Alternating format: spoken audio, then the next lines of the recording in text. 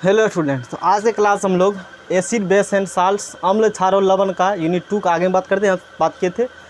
आज का टॉपिक है सार्वत्रिक सूचक, जिसे कहते हैं यूनिवर्सल इंडिकेटर। इससे पहले कई प्रकार के इंडिकेटर मैंने बताया था। एक लिटमस पेपर बताया था, अम्ल को ये कर देगा, क्षार को ये कर देगा, चर्चा किए थे ना लिटमस पेपर के बारे में। अब यूनिवर्सल इंडिकेटर देखिए क्या होती है। कहता है यह विभिन्न प्रकार के सूचकों का मिश्रण है। इसमें कई प्रकार के सूचक होते हैं यूनिवर्सल इंडिकेटर में। समझे बात को? अलग अलग प्रकार के सूचकों का यानी कि इंडिकेटर का ये क्या है बताइए, मिश्रण है, मतलब मिक्सचर है। यह अलग अलग पीएच मान के लिए अलग अलग रंग देता है। अलग अलग पीएच मान के लिए क्या देता है, आगे पीएच बताएंगे हम। पीएच का जो मान होता है वो होता है 0 से 14। कितना होता है? 0 से 14 होता है। तो ये कहता है अलग अलग पीएच मान के लिए क्या देते हैं, अलग अलग रंग देते हैं। तो इसके रफली इन्फॉर्मेशन के लिए आपके बुक में जो है इसका कलर भी दिखाया गया है। यहाँ देखिएगा आप लोग उल्टा करके पेज नंबर 28 में इसमें अलग अलग कलर लिखा है ना जी। इसमें क्या है, अलग अलग कई प्रकार के कलर आप देख सकते हैं इस फिगर में, है ना।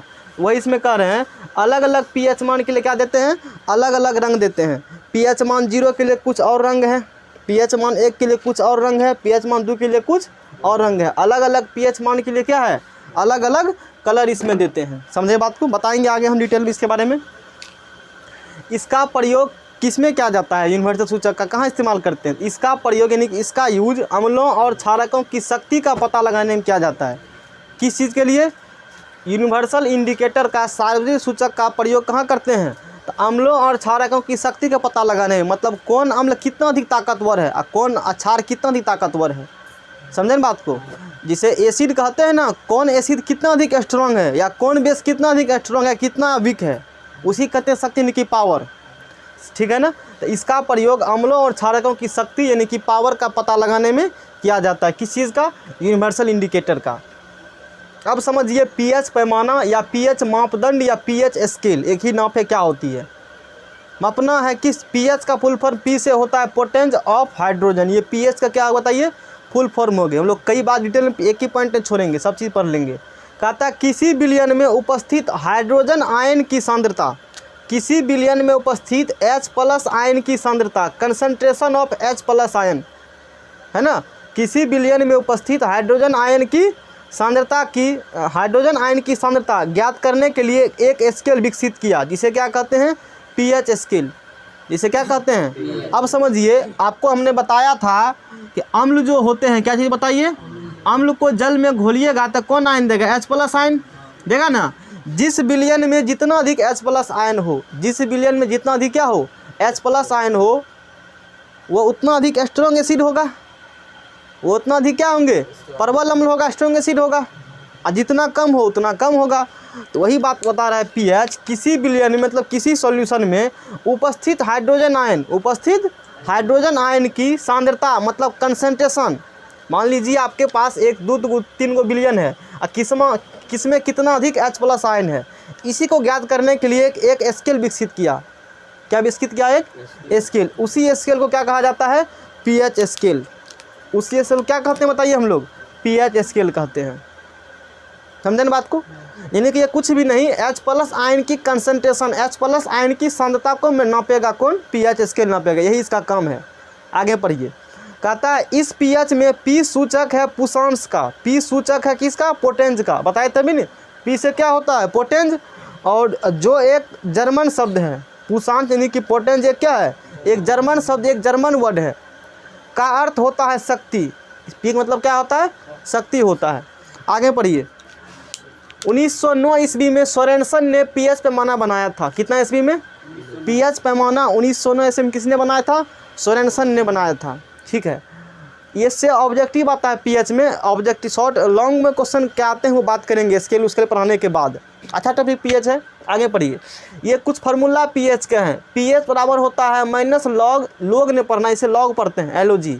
इसके बारे में जानकारी मिलेगा क्लास 11th में चैप्टर ये लॉगरिथम। यहाँ थोड़ा सा आपके सिलेबस में एनसीईआरटी में फार्मूला लिखा भी नहीं है। एनसीईआरटी का ये सारी बात है, ये दोनों एनसीईआरटी का पॉइंट मैंने एक्स्ट्रा डाल दिया है ना। तो कम से कम रहेगा तो हम तो याद कर लोगे तो आगे कम देगा। तो pH बराबर minus log H plus ion base 10, इसे क्या पढ़ेंगे, pH बराबर minus log H plus ion का कंसंट्रेशन यानी कि सांद्रण, बेस क्या पढ़ेंगे यहाँ पर 10। या इसी फार्मूला को, एक फार्मूला होता है माइनस इधर जाएगा तो इसी को ऐसे लिख सकते हो, कैसे हो, माथा लगाना कुछ भी नहीं है, 11th लेवल की बातें हैं ये। तो pH बराबर हो गया log 1/H plus ion concentration, और बेस कितना हो गया 10। ऐसा थोड़े है कि pH सिर्फ 10th में ही है, 11th में केमिस्ट्री है वहाँ भी pH पढ़ना होता है भाई, सारे न्यूमेरिकल कई सारी बातें होती है।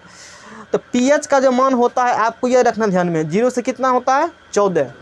अब अभी pH स्केल थोड़ा देर बनाएंगे, इस प्रकार का pH स्केल होता है, यहाँ होता है 0, यहाँ होता है 14, यहाँ होता है 7, अभी बताएंगे pH स्केल, समझे बात को।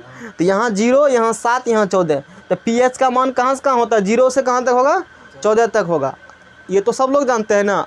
कंपटीशन इस एक लाइन बढ़ा दिया, पूछा कितना डिग्री टेम्परेचर पर, फंस गया था 10वां वाला, जो मतलब 10वां लेवल सिर्फ पर का आया था। अरे नहीं समझ रहे हो, कंपटीशन में थोड़ा सी इसी में एक पॉइंट जोड़ देगा कि 0 से 14 कितना डिग्री टेम्परेचर पर, 10वां पास कर गए हो है पढ़ने के लिए, एक पॉइंट छोड़ देगा तो क्वेश्चन सारा पढ़ा लिखा मतलब व्यर्थ हो गया।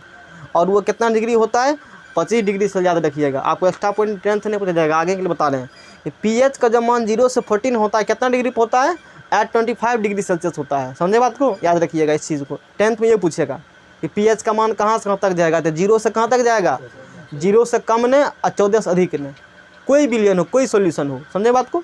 अच्छा, और क्या होता है, pH inversely proportional, pH inversely proportional H plus ion की सांद्रता, H प्लस आयन की सांद्रता यानी कि concentration of H plus ion, H plus ion की सांद्रता, इसी को मैंने इस प्रकार से लिखा है, H प्लस आयन की सांद्रता, concentration of H plus ion को इस प्रकार लिखा जाता है, बड़ी H प्लस बड़ी कोष्ठ में लेकर करके। इसका मतलब क्या होता है, दोनों में उल्टा संबंध हो गया, दोनों एक दूसरे के इन्वर्स है।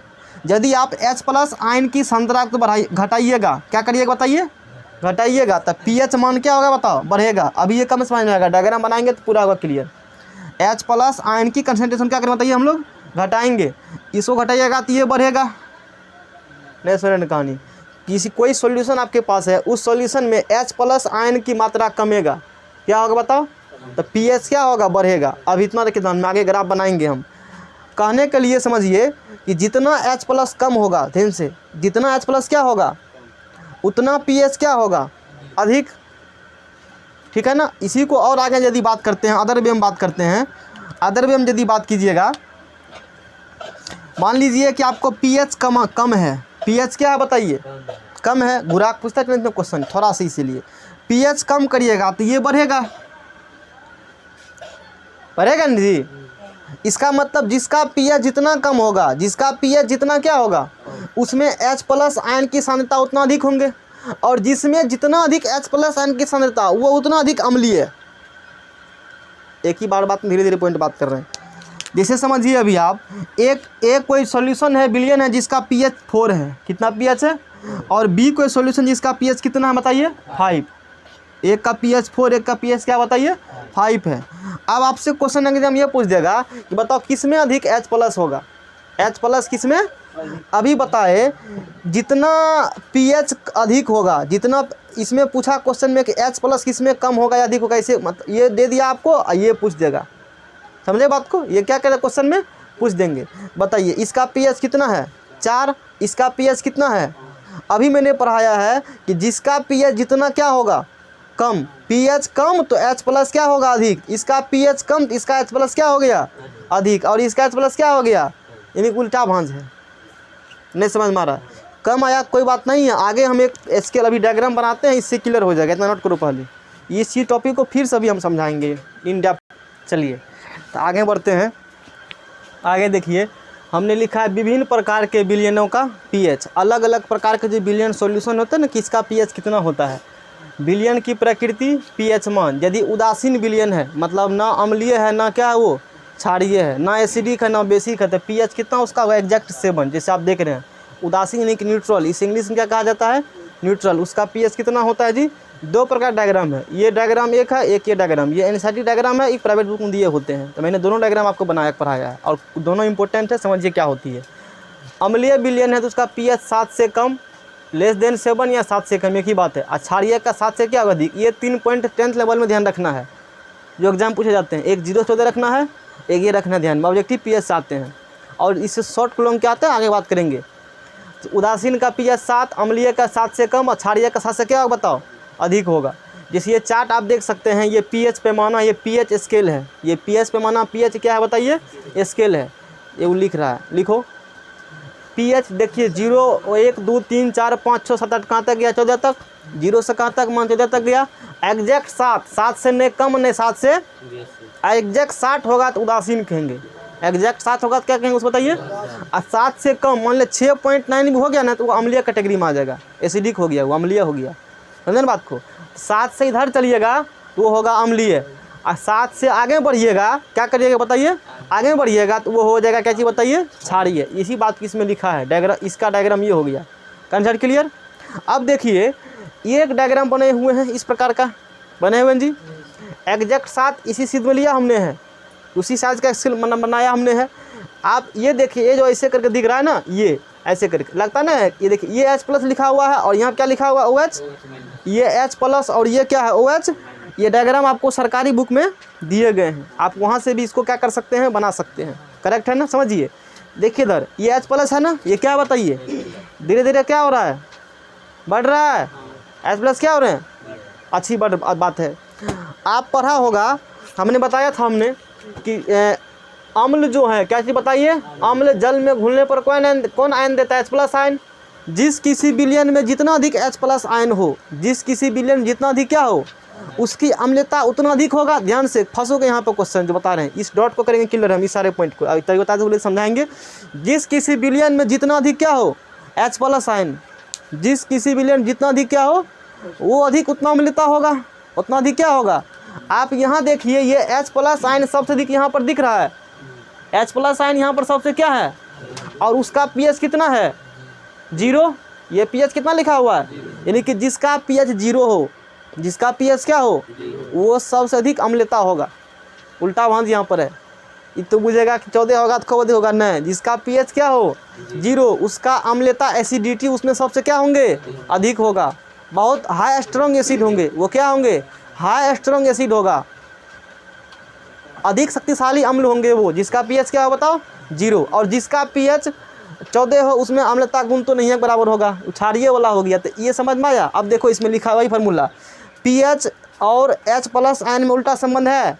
अब ये समझ में आएगा, आप H+ आयन के संचरण को बढ़ा रहे हैं, क्या कर रहे हैं बताओ, ई वाला देखो इस लड़के को H+ आयन को संचरण क्या कर रहे हो बताओ, H+ बढ़ाओगे तो pH क्या होगा H+ बहुत अधिक है, मतलब अम्लता वाला गुण खूब अधिक है, यानी कि ये डायग्राम H+ यहाँ पर खूब अधिक है, यहाँ पर देखिए H+ पूरा अधिक है, H+ बहुत अधिक है, H+ बहुत अधिक है, तब pH क्या होगा उसका कम, देखिए pH है 0, है pH 0 और वो हाई स्ट्रॉन्ग एसिड हो जाएंगे, बहुत अधिक शक्तिशाली अम्लीय होंगे। ये कंसेप्ट होगा क्लियर। अच्छा जिसका H+ कम होगा, जैसे यहाँ पर H+ कम बहुत कम है ना, H+ इसका कम होगा, H+ यानी कि कम हो रहा है, pH क्या होगा बढ़ेगा, तो pH देखिए 14 है। अब ये डॉट होगा क्लियर कि कैसे डायग्राम हुआ है। अब इसमें देखिए इस डायग्राम से स्पष्ट हो जाता है ये क्वेश्चन क्लियर, एक लाइन में एक कोई सॉल्यूशन A है, दूसरा कोई सॉल्यूशन क्या है B है, A का pH 4 है, A का pH कितना है, ये 4 के रिस्पेक्ट में ये लाइन यहाँ खींचिएगा आप जो समझने के लिए, 4 के रिस्पेक्ट में आपको कभी नहीं खींचना, आपने डायग्राम बना लिया है, हम एक बार खींच कर आपको दिखाते हैं। ये 4 लीजिए, इसको देखिए ये 4 और ये क्या बताओ 5, आप खुद देख कर बताओ। मैंने कहा कि एक का pH 4 एक का pH 5, किस में अधिक H+ आयन होंगे। अब तू खुद बताओ, ये है 4 वाला, ये कौन है बोलो, ये कौन है, एक का pH 4 और दूसरा का pH क्या है 5, किस में अधिक H+ होंगे, तो जो अधिक बड़ा उसी में H+ अधिक, अरे अधिक बड़ा कौन है 4 वाला, तो 4 का H+ क्या होगा अधिक होगा, तो A वाला का H+ अधिक, वहाँ क्लियर डॉट ही है। तो ऐसे टेक्निकल क्वेश्चन जो दिमाग खराब कर देता है, इस डायग्राम से आसानी से क्या होते हैं। और ये है सरकारी किताब में लिखल जो बहुत कम लोग पढ़ाते हैं, ये डायग्राम क्या लिखा है सरकारी किताब में, और प्राइवेट में लिखा हुआ इस प्रकार से। अरे नहीं समझ में आ रहा, ये बातें होती है। अब समझिए इसके बारे में, फिर यहाँ कुछ पॉइंट लिखा हुआ है, इसको समझिए आप। कहता है कि 7 से इधर चलिएगा, 7 से क्या होगा। अच्छा पहले ये बताओ हमें, किसी जितना अधिक H+ उतना अधिक शक्तिशाली अम्ल, किसी का pH 3 है, किसी का pH क्या है और किसी का pH 4 है, किस में अम्लता गुण अधिक होगा, एसिडिटी गुण किस में अधिक होगा 3 वाला में, 4 वाला में नहीं, उल्टा भांज है, किस में होगा। अच्छा उससे छोड़ो, किसी का pH 4 है, किसी का pH क्या है, अम्लता गुण किस में दिख होगा, 4 वाला कि 5 वाला में, 4 वाला में, क्योंकि उसमें H+ आयन का सांद्रता क्या होगा, अधिक। ये बेटर जवाब है, नहीं समझ रहे कहानी। टेक्निकल कोर्स पढ़ रहे हैं, टेक्निकल जवाब भी दीजिए, लटपटा वाला नहीं। तो 7 से इधर बढ़िएगा, H+ धीरे धीरे बढ़ रहा है ना, H+ क्या हो रहा है बताओ, बढ़ रहा है, तो बढ़ती हुई अम्लता प्रकृति। 7 से इधर चलिएगा तो अम्लता क्या होगा, 7 से कम होगा, जैसे जैसे pH का मान अम्लता क्या होगा, बढ़ेगा। यानी कि 7 से अधिक मतलब 7 से कम pH 6 है, 5 है, 4 है, 3 है, 2 है, 0, 1 है। जैसे जैसे आप बढ़िएगा तो अम्लता वाला गुण क्या होगा बताइए, बढ़ेगा, मतलब उतना शक्तिशाली अम्ल मिलेगा। किसी का pH 0 और किसी का pH 6, कौन अधिक शक्तिशाली अम्ल होगा बताओ, 0 वाला अधिक शक्तिशाली अम्ल होगा। ये बात समझ में आया जो कहना चाहते हैं हमें। डाटा बड़ा है, ये देख कर भरम मत रहिएगा कि अधिक शक्तिशाली अम्ल होगा, ग्राफ इसीलिए बनाया गया है समझने के लिए, नहीं तो कितनों देर चिल्लाते पल्ला नहीं पड़ता, नहीं समझ में आ रहा। अच्छा ये समझ गए आपको। आप देखिए ये तो पॉइंट बता दिया, और इधर दिखा रहा है 7 से उधर दिखा रहा है H+ आयन की सांद्रता में वृद्धि। 7 से चलिएगा लेफ्ट, किधर चलिएगा, बाएं चलिएगा, तो H+ आयन की सांद्रता में क्या हो रही है, वृद्धि, इसीलिए बढ़ती हुई अम्लता प्रकृति हो गया। अच्छी बात है। फिर चलिए आप 7 से अधिक चलते हैं, 7 से क्या चलते हैं, तो 7 से अधिक चलिएगा तो आप देखिए अब OH को, किसको देखिएगा, OH को देखिएगा। यहाँ OH बहुत कम है, धीरे धीरे OH क्या हो रहे हैं बताइए, बढ़ रहे हैं, धीरे धीरे OH क्या हो रहे हैं। तो जितना आपको पता है क्षार, क्या चीज़ बताइए, क्षार जो होते हैं, क्षार क्या चीज़ बताइए, जल में घुलने पर OH- आयन देते हैं। क्षार जल में घुलने पर क्या देते हैं बताइए, OH- आयन। तो जितना अधिक OH- आयन उतना अधिक क्षारीय प्रकृति उसमें होंगे। जितना अधिक कौन आयन होगा, OH- आयन, क्षारीय प्रकृति उसमें उतना क्या बताइए, अधिक होगा। जितना अधिक OH- आयन धीरे धीरे देखिए बढ़ रहा है, इतना इतना तो बढ़ रहा है जी, तो बढ़ती हुई क्षारक प्रकृति, बढ़ती हुई क्या चीज़, क्षारक प्रकृति। मतलब इसका 7 से अधिक चलिएगा तो क्षारक प्रकृति क्या होना बताइए। अब इसमें भी क्वेश्चन फंसिएगा, अब समझिए यहाँ डायग्राम को, यानी कि ये पहले समझिए फिर आगे बात करते हैं। यहाँ पर देखिए जैसे एक का pH ले लेते, एक का ले लेते हैं हम लोग 9 ले लीजिए, यहाँ कितना लिखा हुआ है, ये ले लीजिए डायग्राम 9 ले लिया, 9, और एक का क्या ले लो यहाँ से बताओ 10 बताओ ले लिया, ये 9 वाला है और ये कौन वाला है बताओ।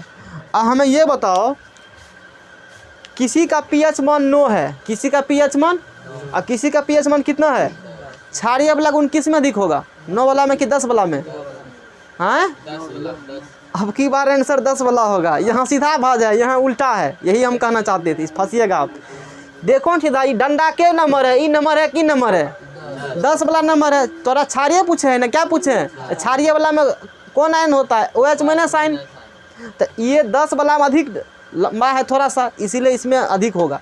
फिर से क्वेश्चन एक पूछते हैं, किसी विलयन का, किसी सॉल्यूशन का एक का pH मान 9 है और दूसरा कितना pH मान है, क्षारीय गुण अधिक किस में होगा, 10 वाला में कि 9 वाला में, 10 वाला में। इसमें जो अधिक वो हो अधिक, मतलब 7 से इधर बढ़िएगा तो जिसका pH मान अधिक होगा, जिसका pH मान, ध्यान समझिए, 7 से जब बढ़िएगा राइट साइड बढ़िएगा, दाहिने तरफ बढ़िएगा, तो जिसका pH मान क्या बताइए, जिसका pH मान जितना अधिक उसमें क्षारीय गुण उतना अधिक। लेकिन 7 से कम, देखिए टेक्निकल पॉइंट है कि बात को हम क्लियर कर बताने की कोशिश कर रहे हैं। 7 से कम बढ़िएगा तो उल्टा भंज हो जाएगा, जितना pH कम उतना अम्लता अधिक। जैसे 3 और 4 में, 4 का pH मान अधिक है, 3 का pH मान क्या है, लेकिन अधिक अम्लीय गुण किस में होगा, 3 वाला में, 4 वाला में। कहिएगा ये लाइन भी दिखा रहा है आपको बढ़ती हुई अम्लता प्रकृति इस तरफ। ये सारे पॉइंट हमने क्या कर दिया, क्लियर कर दिया। और भी कई पॉइंट्स है वो बताएंगे, अभी pH खत्म नहीं हुआ, इसको नोट करिए पहले। चलिए आगे हम लोग देखते हैं, ठीक है ना। आगे जो अपना टॉपिक है इसमें देखिए, तो pH देखिए अभी बताया, चार्ट से मैंने समझाया था, जिसका pH होगा 0 वो अधिक अम्लता होगा, वो क्या बताइए, बहुत अधिक अम्ल का गुण उसमें होगा, बहुत अधिक खतरनाक एसिड। और जिसका pH 14 होगा वो क्या होगा, अधिक क्षारीय। Concept clear. कुछ पदार्थ हैं और ये उससे क्या है, pH मान है। जैसे HCl का pH मान, जिसे हाइड्रोक्लोरिक एसिड नमकाम्ल आप कहते हैं, वो होता है कितना, 0, हमारे स्टमक में पाए जाते हैं। और जठर रस गैस्ट्रिक जूस का pH मान 1.2 लगभग 1.2 होता है। नींबू का रस का pH मान 2.2। एक क्वेश्चन कभी काला जाता है pH से, किसका कितना pH मान होगा आपसे पूछ लेगा। अम्लीय वर्षा एसिडिक रेन का pH मान 5 लेस देन इक्वल 5.6, 5.6 के बराबर या उससे कम होगा। एसिडिक रेन अम्लीय वर्षा होता है उसका pH मान पूछता है। अशुद्ध जल डिस्टिल्ड वाटर जो आप पीते हैं न्यूट्रल, वो एग्जैक्ट न्यूट्रल 7 उसका pH मान होता है। जो हम लोग पानी पीते हैं उसका pH मान कितना है, उसी को अशुद्ध जल डिस्टिल्ड वाटर कहा जाता है। खून यानी कि रक्त यानी कि ब्लड का पीएच मान लगभग 7 में कितना होता है 4, पूछ लेगा आपसे। मिल्क ऑफ मैग्नीशिया का पीएच मान 10, सोडियम हाइड्रोक्साइड का पीएच मान 14। अब पीएच और प्लस पीओएच को जोड़िएगा ना तो कितना पूरेगा 14, मतलब एच प्लस वाला OH में जुड़ेगा कितना पूरेगा दोनों को 14 पूरेगा, याद रखिएगा। आज यहाँ रखते हैं और कल बताएंगे दैनिक जीवन में पीएच का महत्व यानी कि importance of pH in daily life. ये शॉर्ट या लॉन्ग क्वेश्चन एग्जामिनेशन में पूछे जाते हैं।